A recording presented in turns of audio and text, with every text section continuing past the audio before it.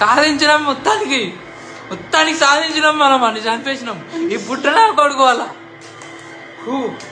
5 సార్లు 6 సార్లు అయినా చంపనీకి. వాడిని చంపుడు పెద్ద ఎగ్జామ్. అమ్మో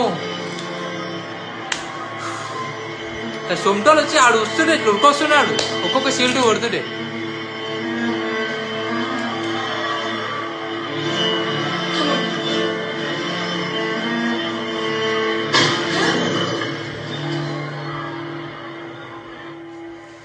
Finish chapter